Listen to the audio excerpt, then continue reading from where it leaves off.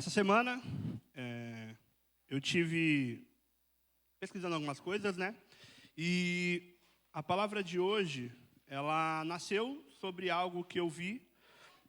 Falou assim, que Deus trouxe algo assim muito grande ao meu coração, né? A respeito, estava falando sobre o Japão, né?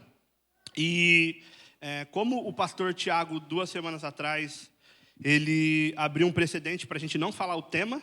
Então, eu vou guardar um pouco o tema e eu vou falar ele só no final, né? Obrigado aí, pastor, aí, por me ajudar. Para não dar spoiler, tá? Eu sou da geração das séries, então, hoje eu não vou dar spoiler do tema, por enquanto. Então, vocês, irmãos que gostam de anotar, aguardem que no meio eu vou falar, eu prometo, tá bom? Mas eu estava observando e eu estava passando num canal sobre teologia, e eu não assisti o vídeo, mas a chamada para o vídeo, ela era muito forte, assim, para mim, né? Estava escrito assim, o Japão seria a nação perfeita sem Deus. Essa era a chamada, né, do vídeo, e confesso que na hora já falei, meu Deus, o canal de teologia está falando isso.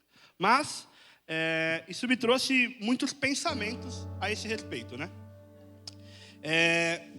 Se a gente for analisar de alguma maneira, a gente vai perceber que não só esse é um assunto recorrente, mas que também a nossa sociedade atual, ela tem, de alguma maneira, buscado essa moral, né, sem Deus, né? A gente que mora aqui no Japão sabe que talvez a realidade é um pouco diferente, porque as pessoas olham a nação japonesa e elas pensam, né, no Japão como o lugar onde tudo acontece certinho, né? Então, principalmente para um brasileiro, eu acredito, onde a gente sabe que a gente gosta muito de improvisar, né? Às vezes a gente acha que o Brasil ele já começou rodando, então a gente só foi tapando assim alguns buracos, né? Mas para o brasileiro, principalmente, quando vê o Japão tudo organizado, o trem ele sai exatamente na mesma hora, as coisas aqui você tem certeza de que vai acontecer, né? Eu até brinquei esses dias que a palavra zetai, eu gosto muito mais dela do que em português, né? Porque um brasileiro me falar, não, pode ter certeza, eu não sei se eu posso ter tanta certeza assim, né? Tipo, eu falo, pô, com certeza. Aí a pessoa fala, sério? Aí eu falo, eu acho. Entendeu? Então, não é tão certeza assim, né? Só que quando um japonês ele usa zetai, realmente é algo certo, é algo concreto, né?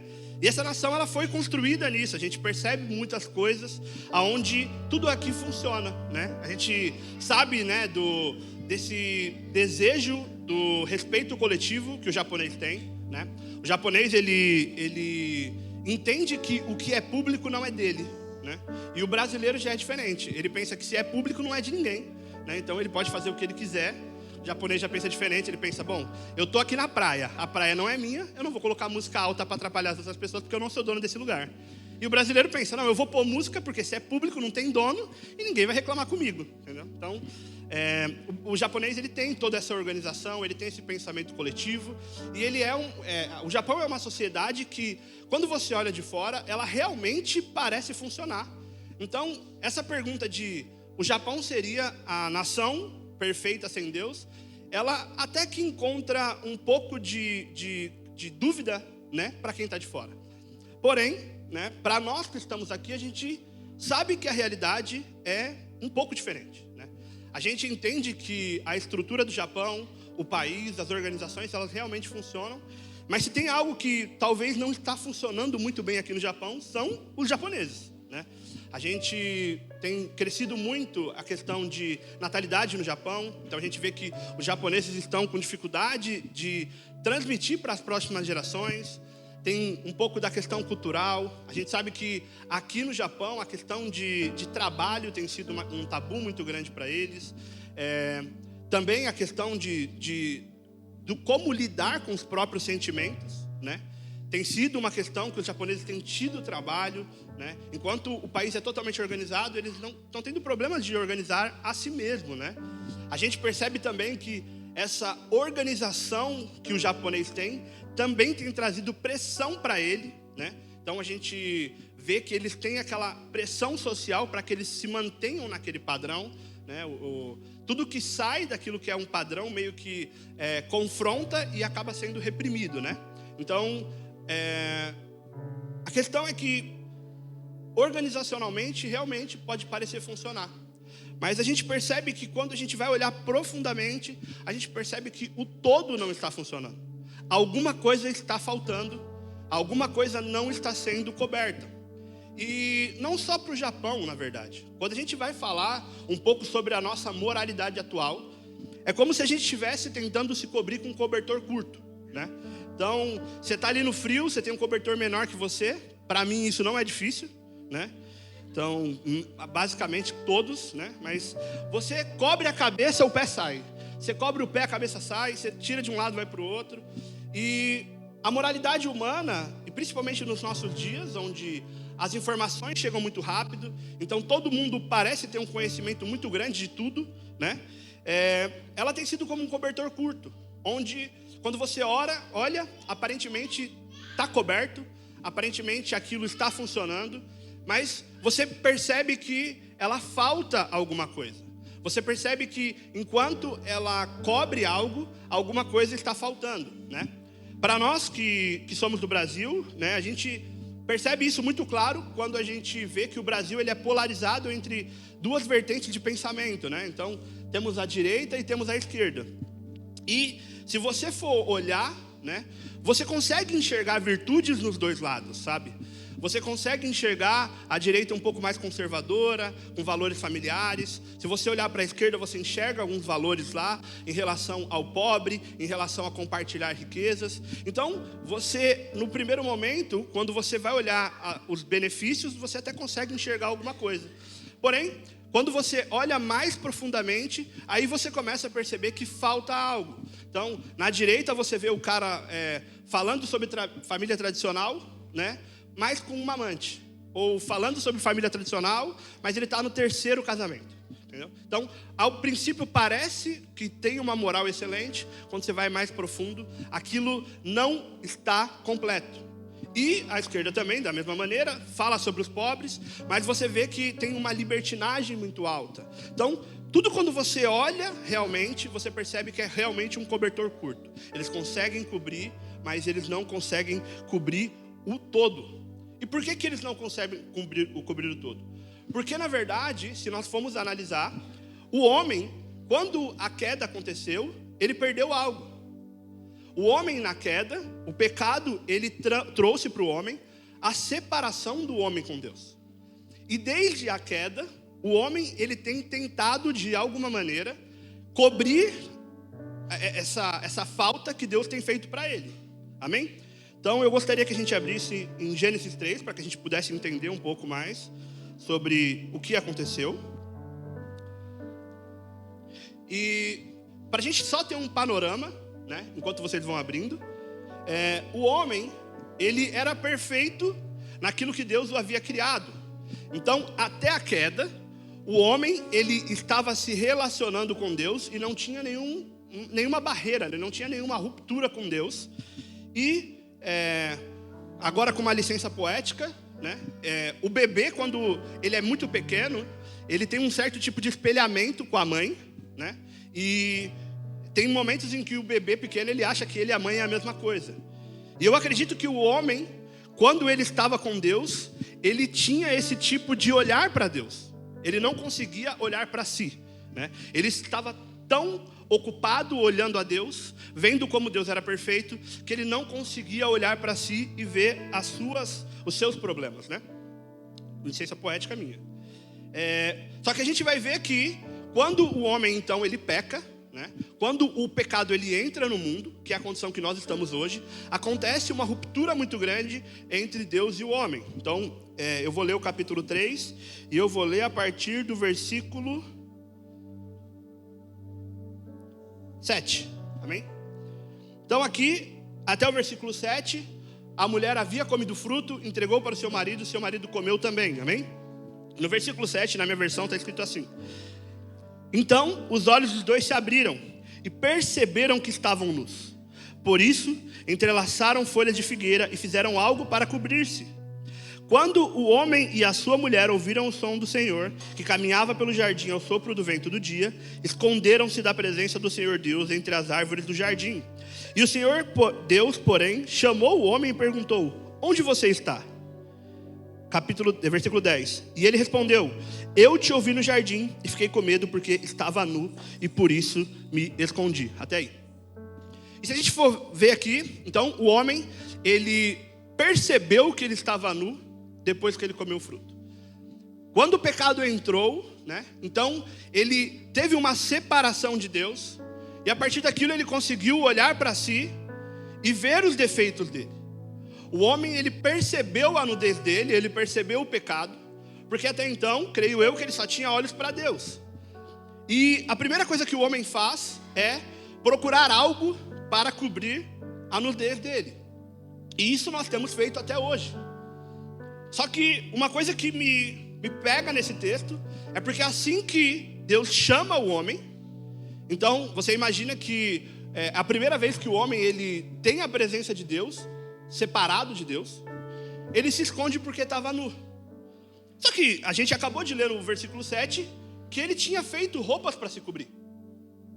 Só que quando ele, mesmo com a cinta que ele fez para cobrir essa nudez, quando o homem ele se apresenta para Deus, quando Deus ele chega para o homem percebe que mesmo ele tendo acabado de fazer algo, o que ele fez por si próprio não era capaz de esconder realmente a sua nudez.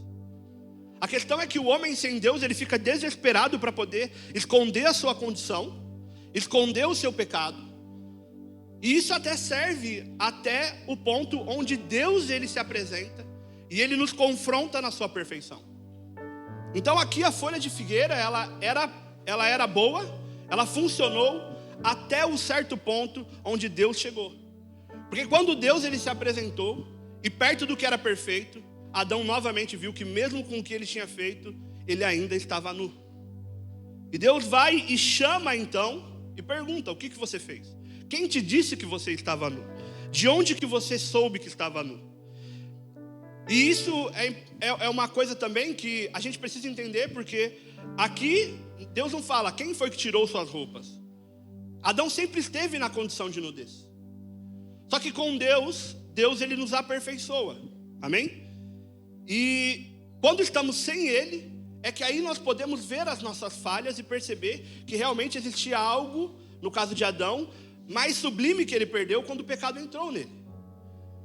E Deus, ele pega Adão, chama, e a gente vai ver que ele vai e prepara então uma túnica, e ele prepara então uma roupa para Adão, e ele o veste Adão. Porque por mais que a gente moralmente tente cobrir as nossas falhas, tente cobrir o nosso pecado, só Deus é que pode nos cobrir. Adão ele só estava realmente coberto a partir de que Deus cobriu ele. A nossa moralidade humana, as nossas benfeitorias, aquilo que nós acreditamos que é válido, elas não são suficientes para poder nos remir. A única coisa que pode realmente, de fato, nos cobrir é quando Deus o faz. E a gente vai perceber que Deus aqui, então, ele matou algum animal e fez a túnica da pele. Porque Deus ele já estava apontando que o pecado que o homem cometeu, ele não poderia ser simplesmente coberto por folhas. Haveria de ter um sacrifício para que aquele pecado fosse coberto. Deus ele já estava apontando para algo. Deus ele já estava mostrando que um dia algo iria acontecer. E a gente vai ler aqui no versículo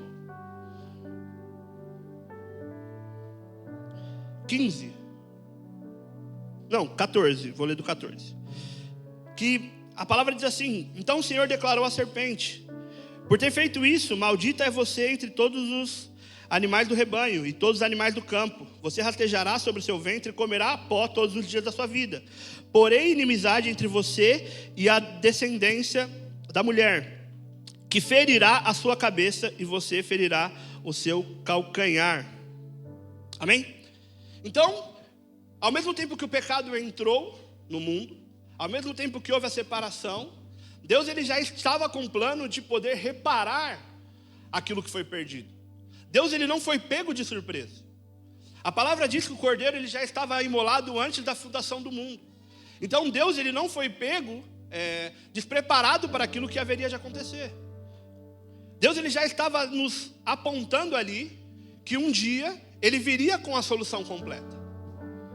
Só que uma coisa que a gente tem a dificuldade de entender, e eu acredito que nos nossos dias isso é muito atual, é porque a gente acha que quando a palavra diz que Adão morreria se ele comesse do fruto, a gente acha que o que morreu no Éden foi só a espiritualidade de Adão. Parece que a única coisa que separou de Deus foi a nossa espiritualidade, e todas as outras coisas ainda estão conectadas. Ou que o nosso espiritual morreu e caiu, mas a nossa vida está boa em todas as áreas, e essas áreas elas não precisam de Deus. A gente só precisa de Deus para o nosso espiritual. Então é como se Deus ele fosse um acendedor, que a gente vai lá de manhã, opa, é devocional, tic. Agora é o meu espiritual, o meu relacionamento com Deus. Vou trabalhar, tic, liga, vai trabalhar. E a gente tem tratado como se no Éden só o nosso espiritual tivesse caído. Só que a gente vai perceber que quando Deus ele fala para Adão sobre o que aconteceria, ele diz que maldita é a terra por sua causa. Então, a gente percebe que o pecado ele não simplesmente mudou a condição de Adão. Ele mudou a terra. A palavra vai dizer que espinhos e abrolhos nasceriam. Então, todo o cosmos, todo o mundo, ele sofreu a ação do pecado. Tudo caiu junto com Adão.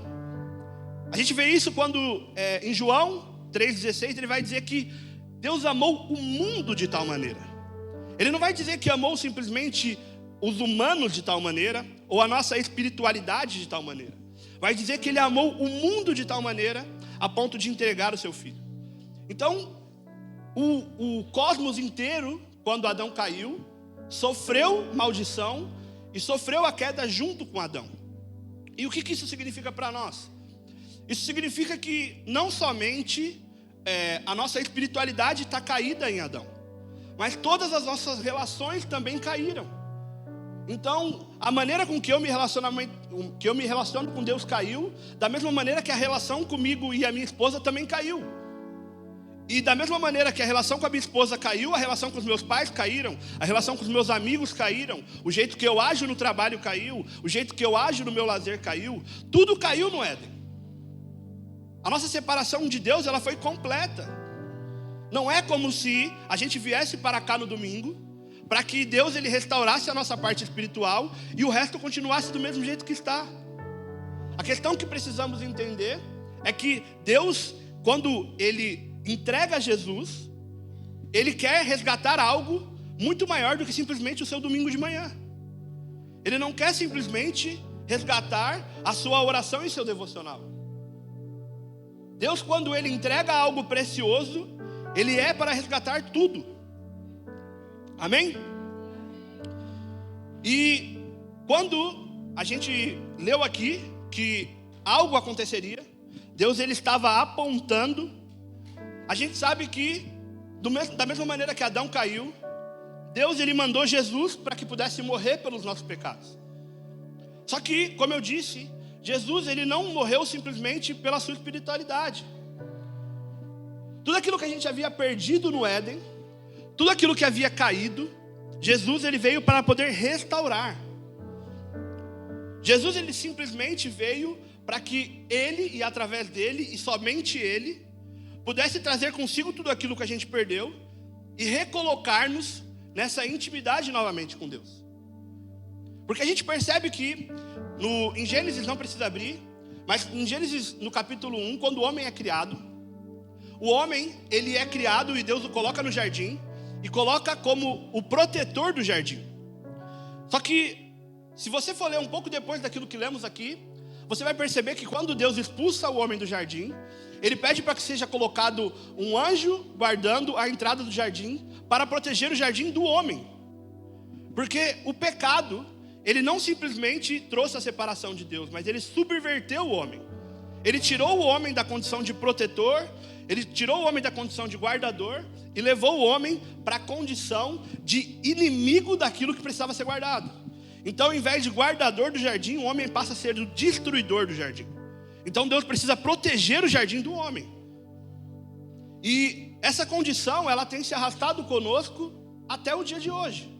Se você for prestar atenção, quando você vai falar sobre natureza, por exemplo, os especialistas eles vão sempre dizer, o maior inimigo do planeta quem é? O homem. Nós temos destruído o planeta. Nós temos destruído as coisas. Se o Brasil, por exemplo, é que aqui no Japão, graças a Deus, segurança, tranquilo. Mas o Brasil é um país violento por causa de quê? Do homem. O país, ele é corrupto por causa de quem? As mazelas que têm acontecido no mundo, elas são por conta de quem? São por nossa causa. Porque o pecado, ele nos leva a essa condição, onde tudo está sendo afetado e onde tudo está caído. Mas graças a Deus ele tinha um plano, amém? Graças a Deus, Deus, ele tinha algo separado para nós. Ele tinha algo pronto para que toda essa situação, para que tudo aquilo que nós perdemos pudesse ser retomado. Em Efésios, no capítulo 2, versículo 12 e 13.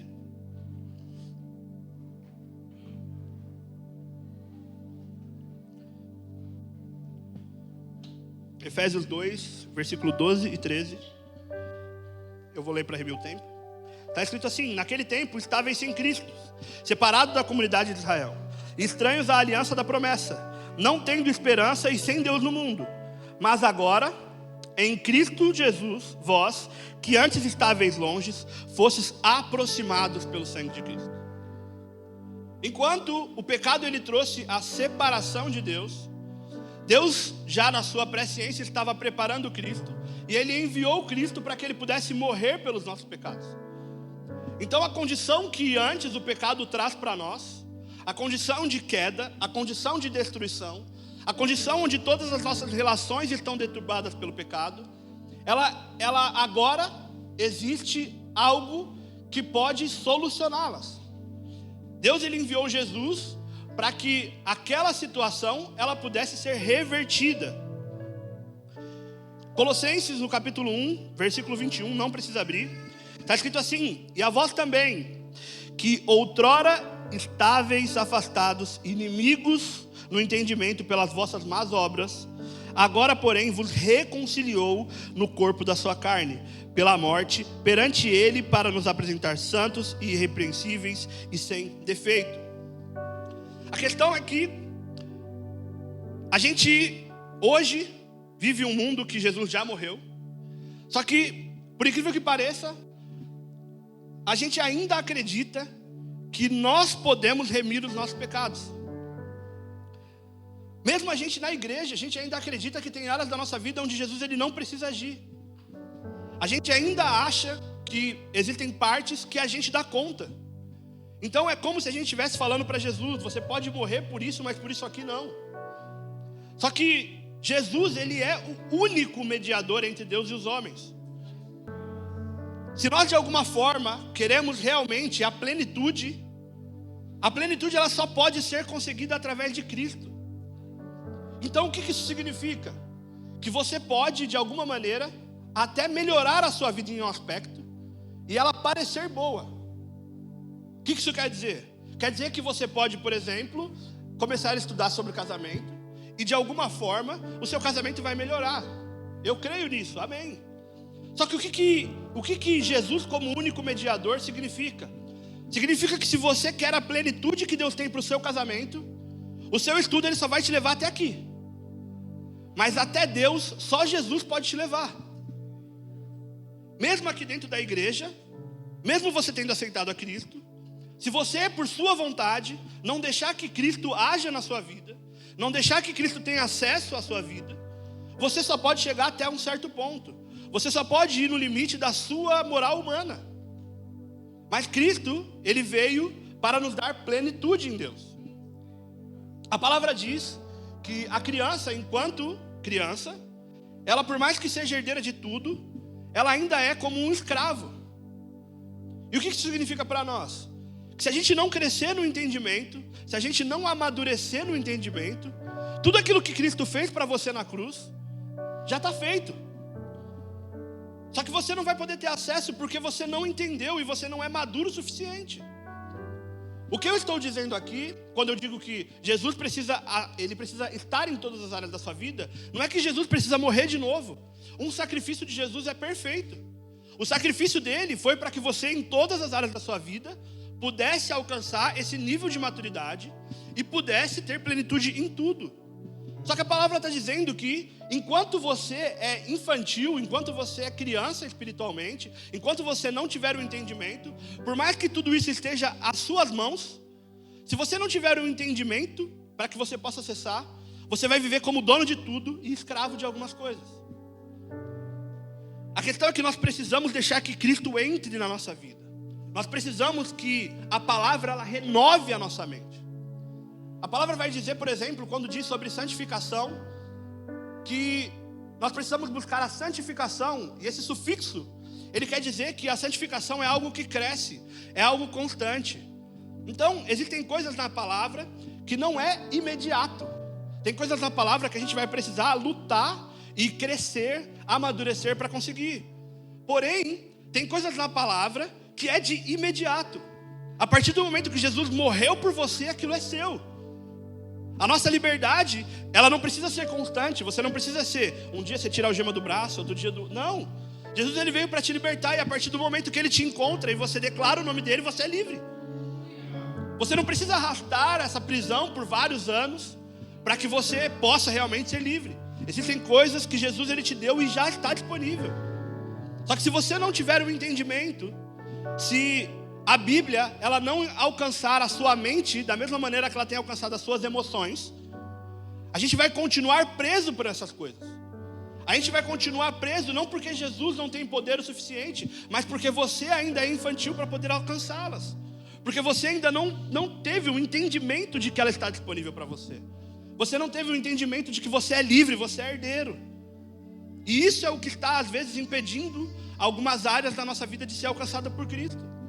É isso que impede a gente de ter todas as áreas plenas por Cristo. E Cristo, ele veio para nos trazer plenitude. Cristo, ele não é simplesmente um anestesiador do nosso pecado. A gente vai ver que Deus, quando ele constitui a nação de Israel, ele dá a lei para a nação de Israel, né? E a gente percebe que a palavra vai dizer que a lei ela era insuficiente para poder remir. Então, no tempo da lei, é que realmente faltava algo. A própria palavra vai falar, quando vai falar sobre ignorância, que no tempo da lei, Deus ele não considerava a ignorância dos homens. Só que agora ele considera. E Paulo vai falar para eles, arrependam-se. Por que ele fala arrependam-se? Por que ele fala que Deus ele não levou em consideração o tempo da ignorância, mas agora ele está levando em consideração, eles precisam se arrepender? Porque agora, aquilo que a lei fez, aquilo que Deus fez para Adão e Eva matando o cordeiro, aquilo era algo para aquele tempo, mas aquilo não era completo. Mas Cristo veio e Cristo é completo. Cristo é a plenitude. Não existe um outro, não existe mais nada que precise ser feito, não existe alguém que precise morrer, não existe mais nada. Cristo ele entregou tudo para nós. Tudo aquilo que precisávamos já nos foi entregue. Por isso que Deus ele está falando, se arrependam agora. A ignorância foi até Cristo. Depois de Cristo não tem mais desculpa. Ele é a perfeição. E eu gostaria de contar um testemunho muito rápido sobre mim, porque há um tempo atrás, acho que foi no começo do ano, eu estava aqui na igreja e o meu filho, do meio, né? Agora não é mais novo, tô ficando velho, gente. Meu filho do meio, ele aprontou comigo aqui, me desrespeitou. E na hora eu olhei para ele, pensei, abaixei, corrigi. E eu estava conversando com o irmão estava do meu lado. E o irmão falou para mim, nossa, que sugoi, como você é calmo. E por dentro eu estava dando risada. Porque, sinceramente, eu posso ser qualquer coisa. Mas calmo eu não sou. Talvez calmo esteja no último da minha lista.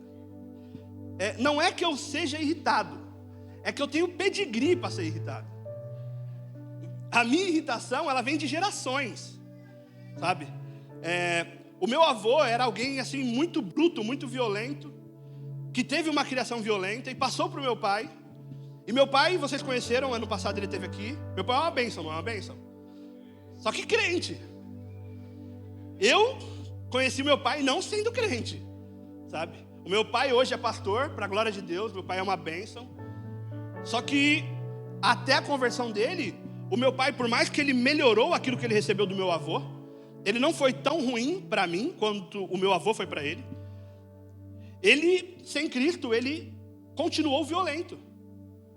E ele passou para mim essa violência. Ele foi muito bruto. E um bom filho de peixe, peixinho é, né? E eu tive problemas com violência na minha infância, a ponto de quando eu cheguei na 7ª série, eu já tinha trocado de escola por 9 vezes. 9. Com 8 anos, a minha mãe teve que se mudar, porque eu estava dando muito problema. E ela queria paz na cabeça dela.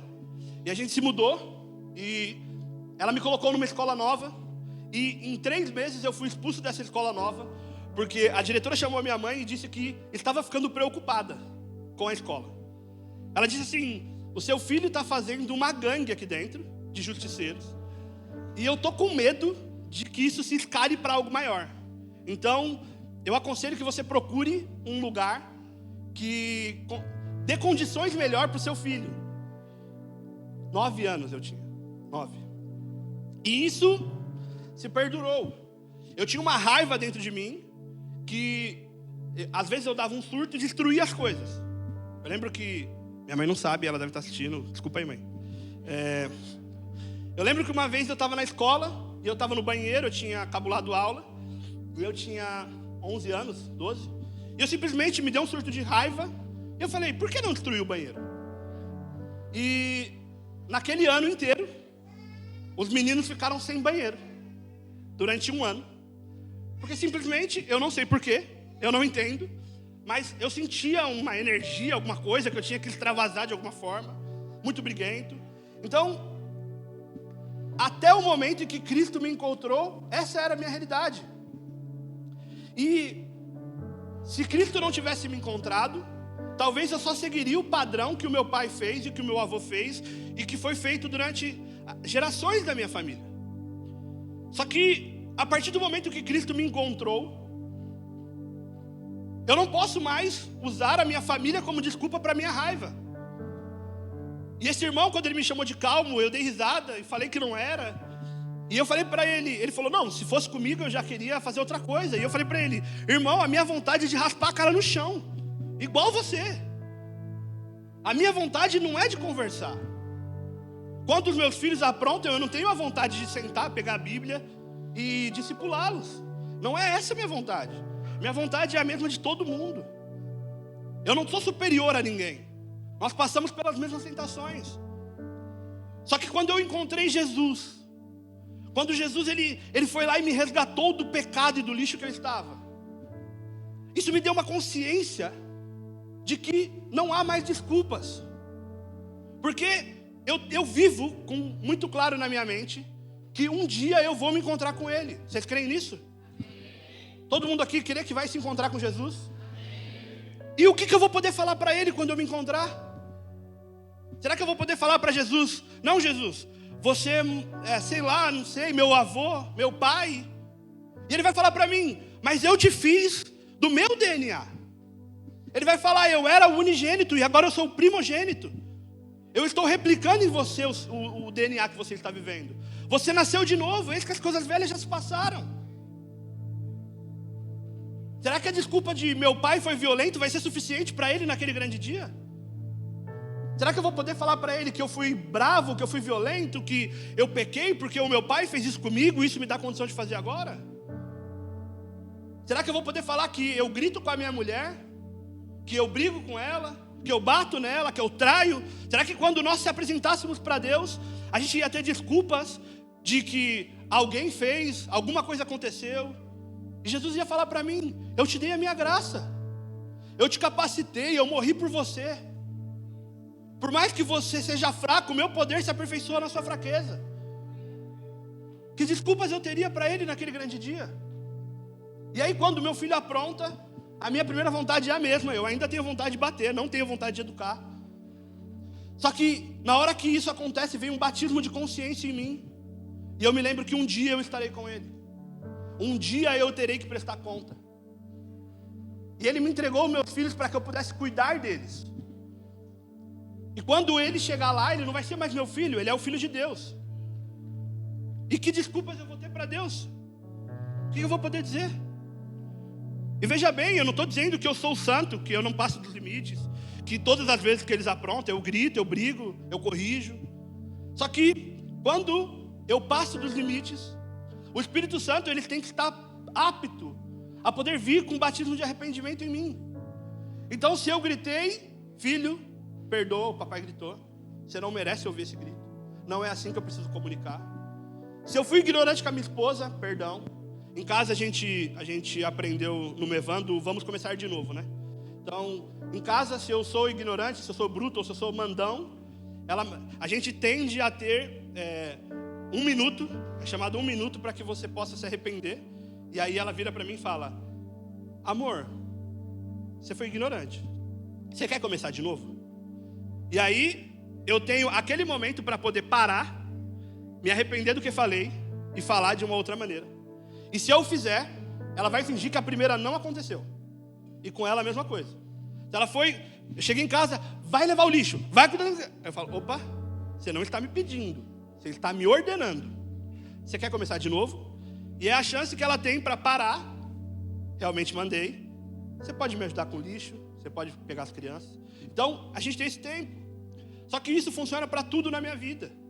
Porque o Espírito Santo, ele precisa ter um acesso ao nosso coração, para quando a gente errar, para quando a gente pecar, para quando a gente exceder, aquilo vir e aquilo não perdurar por muito tempo. O cristão, a gente estava falando para os jovens na sexta-feira, o problema do cristão não é quando ele peca, o problema do cristão é quando o pecado vira uma coisa constante, onde não há mais arrependimento, onde você é ignorante porque alguma coisa aconteceu, porque você é assim, porque esse é meu jeito, eu não tenho mudança. E Jesus está falando, eu morri por você. A condição que você tinha de plenitude em Deus está comigo. Eu sou o caminho. Jesus, ele é essa ponte que nos leva de novo ao Pai. Não existe outro caminho. Gente, psicólogo é muito bom, maravilhoso, façam. Estudos é muito bom, façam. Mas se você fizer isso somente pensando numa moral humana, você nunca vai conseguir alcançar a plenitude. Você precisa que Jesus ele restaure todas as áreas da sua vida. E são todas as áreas da sua vida. Ele é o único caminho. Não existe outro lugar, não existe outra pessoa, não existe outro mediador. Se nós não estivermos em Jesus, não tem como nós acessarmos a Deus. Não tem como Deus trabalhar na nossa vida.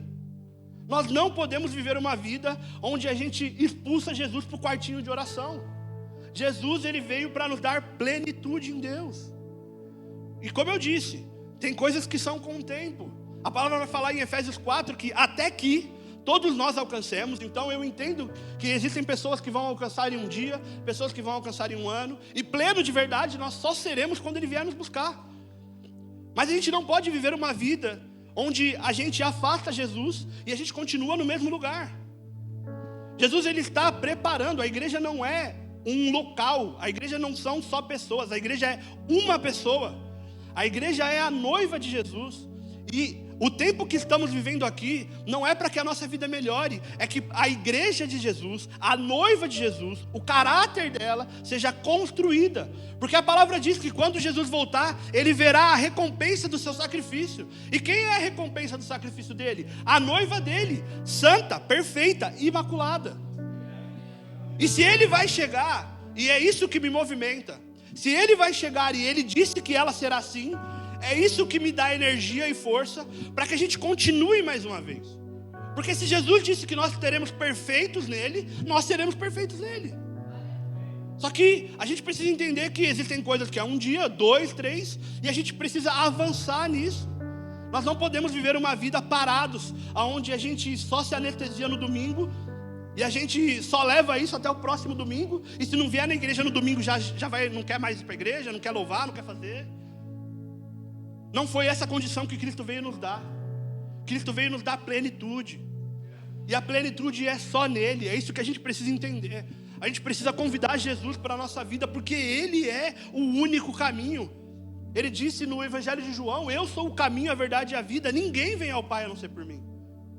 Então se nós queremos realmente que Jesus ele possa ser pleno em nós, Nós precisamos convidar e precisamos estar nele. Ele precisa estar em tudo. Não podemos ser fragmentados. Se a gente for ver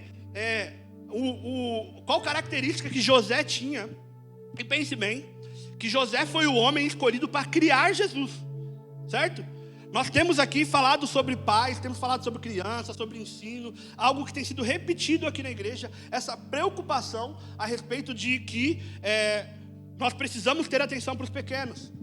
E Deus escolheu José para cuidar de Jesus, certo?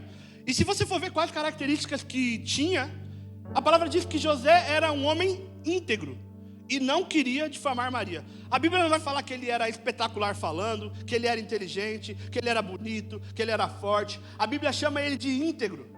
E se vocês não conhecem, a palavra íntegro, ela quer dizer inteiro. O que Deus está falando? Que ele era alguém que não era metade, ele não era fragmentos, ele não era pedaços. Alguém completo. Jó vai ter a mesma característica. Jó era alguém íntegro. Deus, ele procura os justos e procura pessoas inteiras. Nós não podemos carregar os cacos. Nós não podemos deixar que Jesus haja somente na metade da nossa vida. Nós precisamos deixar que Deus, ele age em tudo, porque ele é o único caminho, ele é a ponte que nos leva a Deus, ele é a ponte que nos leva à plenitude, ele é a ponte que leva-nos a uma vida que vale a pena ser vivida. Ele merece mais, gente. Jesus, ele merece o nosso esforço. Jesus, ele merece que a gente realmente caminhe mais uma milha. Ele merece que a gente faça mais, ele merece que a gente perdoe mais.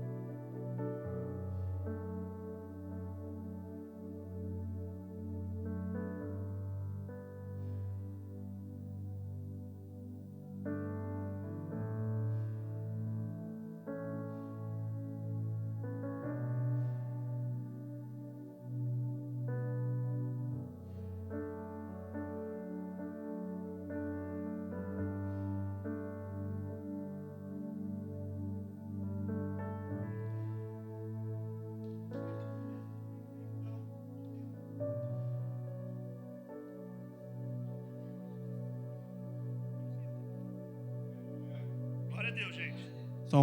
Foi. Agora foi. Então, Jesus começa a ponte. E anotem aí se vocês estão com caderno. Mas o primeiro aspecto de uma ponte é que uma ponte, ela precisa conectar dois lados. Uma ponte, ela precisa estar firme nos dois lados. Senão ela não é uma ponte. Ela pode ser uma tirolesa, ela pode ser qualquer coisa. Mas ponte precisa ter dois lados fixos. E a palavra vai dizer que Jesus, ele era totalmente homem e totalmente Deus. Jesus, ele era pleno em todos os lugares que ele estava. Ele tinha a humanidade dele intacta, quanto ele tinha o que ele era em Deus intacto. Ele era 100% Deus e 100% homem. E ele, se você for prestar atenção, eu acho assim incrível. Está bom. Enquanto eu estou lendo a palavra, eu acho incrível porque você vai ver que Jesus, ele faz um milagre absurdo que a gente não consegue entender. E aí, logo depois, ele tem a capacidade de poder ver algo humano e chorar. Porque pensa, quando Jesus chora a respeito da morte de Lázaro, para mim é um escândalo, porque ele é eterno. Mesmo que realmente Lázaro não tivesse ressuscitado, Jesus é eterno, ele estaria com Lázaro. Mas Jesus, ele consegue viver as nossas dores, ele consegue estar conosco, ele consegue também se comunicar, ele consegue ter compaixão sobre nós. Imagina Jesus 100% Deus, chegando aqui na terra, e aí a mãe perde o filho, e ele fala, de boa, tá comigo, não chora não, velho, nem aconteceu nada, só tá dormindo. Imagina que insensível seria. Mas como ele é 100% homem, ele pode sentir as nossas dores, ele pode sentir aquilo que a gente sente. E aí Jesus, ele consegue comunicar os dois lados. Ele é perfeito em balancear isso. Como ponte também, Jesus ele precisa fazer essa travessia estável. Ele precisa ser algo concreto, e é por isso que a palavra diz que ele não muda. Deus ele não muda. Se você, há 2000 anos atrás, Deus era hoje ele continua sendo, amanhã ele será, isso não vai mudar. Uma ponte ela precisa ser estável, ela precisa garantir a travessia. Em João 6, Jesus ele fala: todo aquele que vier a mim, de maneira alguma lançarei fora. As pessoas precisam ter segurança. Imagina se Jesus fala assim, aceita Jesus, vive na igreja, que aí no dia do juízo a gente vai ver. Imagina você chegando para Jesus e fala: Jesus, você vai me salvar? E ele fala: vai indo, vamos lá, vai. Lá no dia a gente vê. Entra lá, que aí a gente vê. Aí eu fico, inferno, céu, inferno, céu, inferno, céu, inferno. Imagina que loucura. Uma ponte ela precisa ser estável, ela precisa ter essa segurança. E também uma ponte ela precisa dar todo o suporte necessário. Imagina se você entra numa ponte e do nada ela cai. A gente teve o caso, né? Acho que foi aqui nos Estados Unidos, que os carros estavam na ponte, veio um navio por baixo, bateu, bum, ponte no chão. Imagina você, eu não sei vocês, mas imagina você estar subindo uma ponte que atravessa o mar. Não dá aquele gelo assim na barriga às vezes? Eu sou meio medroso, gente. O pastor estava me zoando. Que dia que foi que estava me zoando? Hoje. Hoje, de manhã ele estava me zoando que eu fui na caverna. E aí a gente foi, eu não tinha ido, tá? Alguém foi? Quem já foi, levanta a mão, só para eu ver. Vocês sabem do que eu estou falando, né? E aí quando a gente desceu do estacionamento, começou a subir a escada para a caverna. Na minha cabeça, gente, sinceramente, a caverna era assim. Era uma clareira, e aí tinha um pedaço assim de montanha, e um recuo, que a gente ia ficar aqui, nesse espaço aqui assim, orando. E aí quando eu entrei, o seu Abel tá rindo que ele estava. Quando eu entrei na porta da caverna, eu falei: pastor, viajou, hein? Não sei onde você dava com a cabeça. Não vou entrar aí, não. Só para descontrair, gente. Eu sou meio medroso às vezes. Só tenho tamanho. Só que quando eu subo uma ponte e vai atravessar o mar, e se aquela ponte cai? Se você tivesse lá 5%, tem uma placa na ponte assim, você vai atravessar o mar e essa ponte tem 5% de chance de cair. Você subiria? Você ia arriscar esse 5%? Tipo, a ponte, você fala pro cara: é seguro passar por aqui? O cara fala: mais ou menos. Você faria? Não, essa ponte ela precisa dar o suporte, ela precisa ser firme. Ela precisa suportar quem passa por cima. E Jesus, ele é quem nos dá o suporte. A palavra vai dizer no livro de Romanos, não precisa abrir que eu estou atrasado. No capítulo 8, versículo 38 e 39, vai dizer assim: pois eu estou convencido que nem a morte, nem a vida, nem anjos, nem os principados, nem as coisas do presente, nem as que do porvir, nem poderes, nem altura, nem profundidade, nem qualquer outra criatura poderá nos separar do amor de Deus que está em Cristo Jesus, o nosso Senhor. Então a brincadeira que eu fiz da ponte cair, você pode ter certeza que o que Jesus ele fez por nós não está nem perto, nada pode nos separar do amor de Jesus. Nada vai poder abalar a nossa relação com Cristo. Essa relação ela é uma relação estável. E Jesus, ele foi essa ponte para nós. E agora o tema da mensagem é a cidade de muitas pontes. Então pode anotar aí, você que veio para anotar. A nossa mensagem é a cidade de muitas pontes. Porque da mesma maneira que Jesus ele veio para ser essa ponte, ele também tem nos chamado para ser pontes. E eu acho incrível, porque quando eu vim para cá, um pastor meu que me pastoreava no Brasil, ele me mandou um áudio, e ele falou: sonhei com vocês. E ele falou: eu não tenho entendimento completo, mas Deus está me mandando te falar o sonho. E ele fala: eu sonhei em um lugar com muitas pontes. E ele falou para mim: eu não sei se vocês são a ponte, ou eu não sei se vocês vão usar a ponte, mas eu vejo muitas pontes. E eu vejo pontes seguras, eu vejo passagens seguras, eu vejo um lugar onde as pessoas têm segurança. A marca que ficou para mim, a impressão que ficou para mim, é que é um lugar de pontes, e todas essas pontes são seguras. E aí eu falei para ele o nome da cidade, eu falei: meu Deus, que loucura. Eu falei: é aqui, estamos aqui, é a nossa cidade. E se nós cremos que o avivamento da Ásia ele virá pelo Japão, eu creio que Toyohashi tem um papel importante sobre isso. Eu creio de verdade. Porque não só o nome é só um nome, mas nós temos visto aqui na nossa cidade Deus agindo e criando pontes. Nós temos visto que Deus tem criado relações e conexões seguras. Nós temos visto que de Toyohashi nós temos expandido. E não tem expandido simplesmente para qualquer coisa. A gente vê que as nossas próprias relações entre as igrejas têm sido algo seguro. Algo bom, algo onde, por exemplo, como uma ponte que precisa ligar 2 lugares, e não é o mesmo lugar que liga. A gente vê que, por exemplo, quando você vai na igreja de Toyokawa, vai na igreja de Hamamatsu, vai na igreja de Kosai, elas não são uma réplica de Toyohashi. Quem já foi para as outras igrejas sabe do que eu estou dizendo. Cada igreja tem a sua peculiaridade. Mas a ponte que nos liga, quando a gente está junto, ela está lá. Não existe uma separação. E eu creio que Deus vai levantar dessa cidade pessoas com essa característica. Pessoas que vão ser pontes. Pessoas que vão sair daqui, que vão passar por aqui e que vão poder firmar algo em outros lugares, mas nunca perdendo essa conexão. Sempre mantendo relações seguras. Isso é o corpo, isso é a igreja. Gente, eu não sei vocês, mas quando eu cheguei no batismo e eu vi, Holiness, né? Eu vi a Holiness com a gente, eu comecei a pular, velho. Cara, que coisa linda. 2 igrejas marcam o batismo no mesmo horário, no mesmo lugar. E ao invés de ter confusão por quem vai batizar, em quem lugar, tá? Não, gente, vamos juntar, a gente é corpo. E é isso que a gente precisa ter. Essa segurança de que nós podemos ser pontes em todos os lugares. E da mesma forma com que nós estamos enviando pessoas, creio que Deus tem mandado um vento de pessoas para cá, para também ajudar a fundamentar aqui. Deus, Ele tem trabalhado. Só que para que a gente possa ser pontes, a gente precisa entender também que, assim como Deus, nós temos também os nossos aspectos como pontes. E assim como Deus, Ele foi 100% homem e 100% Deus, nós também precisamos ser 100% espirituais e 100% humanos. Nós não podemos viver eu vou falar de dicotomia, mas essa dualidade, não, dualidade é difícil. Essa diferença entre as nossas relações. A gente não pode ter 2 vidas separadas. Nós precisamos ser 100% cristãos, 100% espirituais e 100% humanos.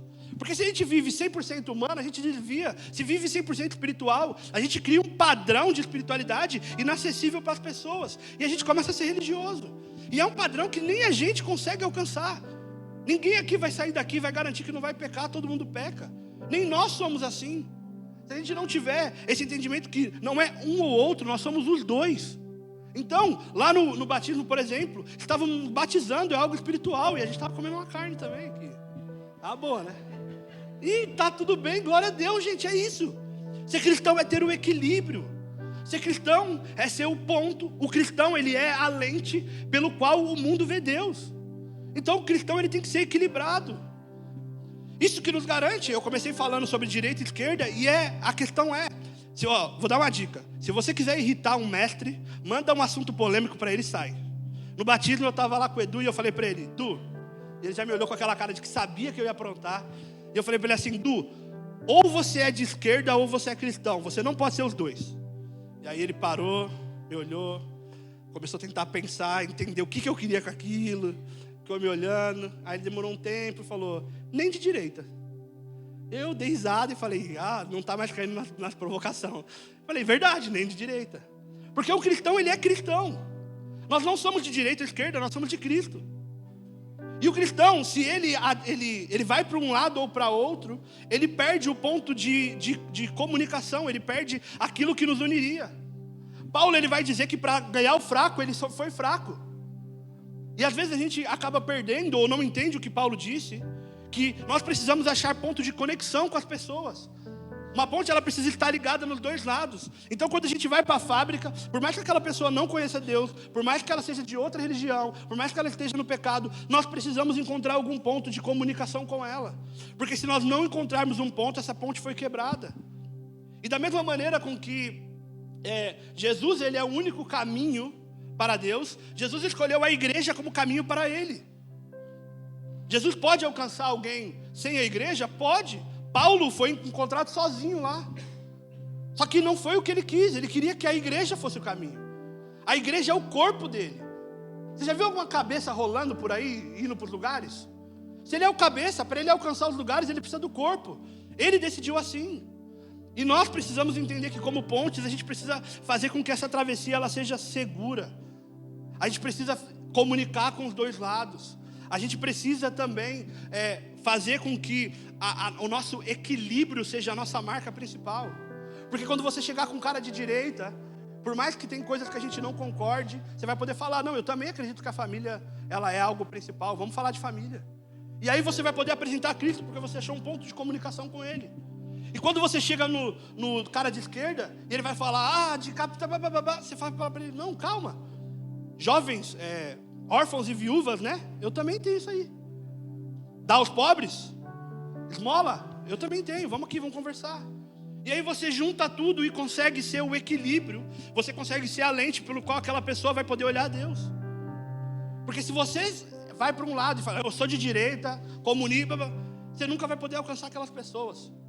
Um cristão, ele não pode tomar lados, ele precisa ser a ponte. Ele precisa estar nos dois lados, ele precisa ser seguro.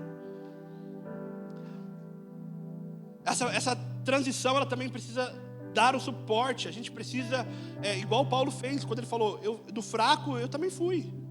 E você precisa ser assim também. Se você ficar muito espiritual, você vai se achar melhor que os outros. E a gente vai criar um padrão que as pessoas nunca vão conseguir chegar.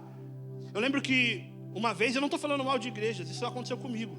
Eu tinha um amigo que ele era roqueiro, chamava Diego.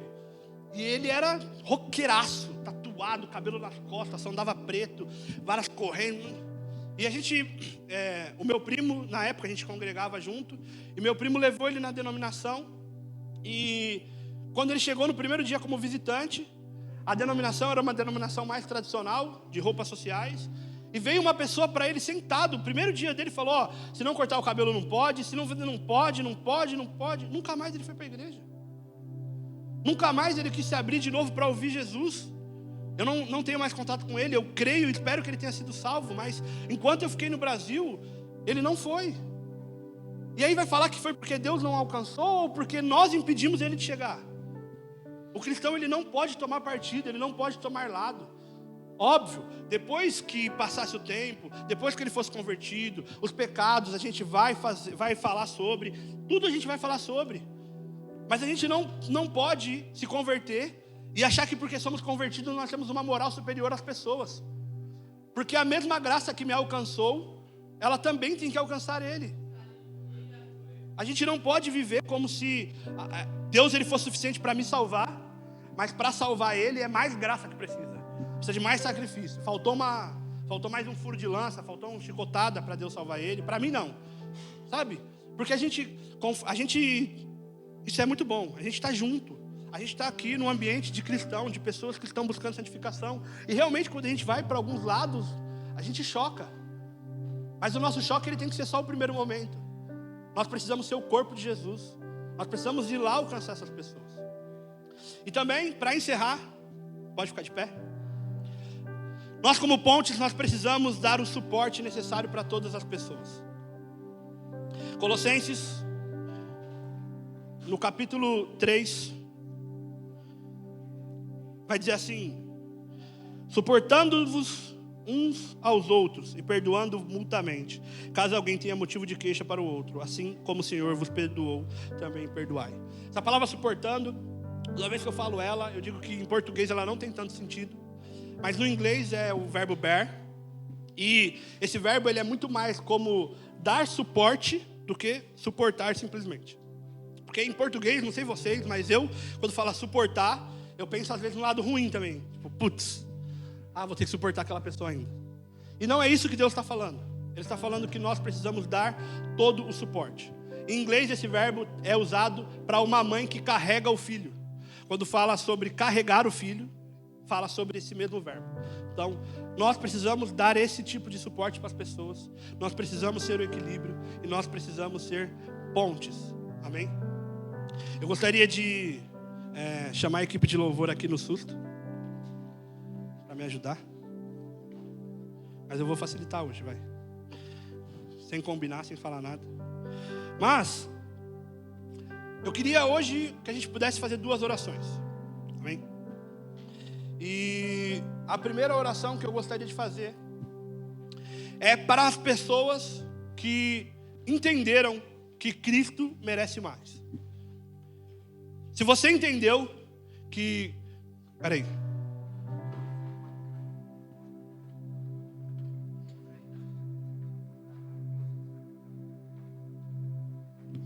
Estamos aqui conectados. Se você entendeu isso, se você percebeu que Jesus ele ainda não alcançou todas as áreas da sua vida. Glória a Deus, já estão soltando até fogos, hein? Mas se você entendeu que Jesus ele é suficiente, mas que você ainda não deixou que ele alcance essas áreas. Se você ainda como criança, você tem repelido ele de algumas áreas da sua vida. E você crê que ele é a plenitude. Se você realmente acredita que Jesus ele pode levar todas as suas áreas da vida para a plenitude. E eu não estou dizendo que você vai sair daqui e minha vida virou um conto de fadas. Eu estou dizendo plenitude. Um lugar onde Deus ele trabalha, um lugar onde a gente pode descansar em Deus. Um lugar onde o meu casamento pode até estar com problema, mas eu descanso, porque o Senhor ele é suficiente. Isso é ter plenitude. É você estar pleno, é você estar tranquilo. Porque é o lugar onde Deus ele te leva. E quando você percebe, ué, cadê o problema? E Deus ele foi e fez. Então se você percebeu que falta uma área na sua vida, e você realmente quer falar para Deus, hoje é o dia que eu quero abrir o meu coração para que você seja pleno. Eu não quero mais viver fragmentado. Eu estou cansado de vir aqui todos os dias e perceber que só uma parte minha está vindo. A minha conversão, ela foi isso. Eu estava um dia na igreja e eu estava caindo muito. E eu falei para Deus, Deus, eu estou cansado de ser assim. Eu não consigo mais orar pedindo perdão porque eu não tenho nem cara mais. Já está sendo falta de vergonha na minha cara. Porque eu venho, peco e finjo que nada está acontecendo, aí na ceia eu peço perdão. E eu falei para Deus, por favor, eu preciso, eu não quero mais viver essa vida. Eu não quero mais ser fragmentado. Eu quero viver uma vida onde eu posso me entregar e você fazer parte de tudo. Não tem partes que você não tem acesso. Então se você está nessa posição que eu estava, se você quer falar para Deus, Deus é o tudo. Eu não quero simplesmente que você cuide da minha salvação somente, mas que você cuide de toda a minha vida, que você cuide do meu casamento, que você cuide dos meus filhos, que você cuide dos meus amigos, que você cuide do meu trabalho. Vem aqui na frente, vamos fazer essa oração.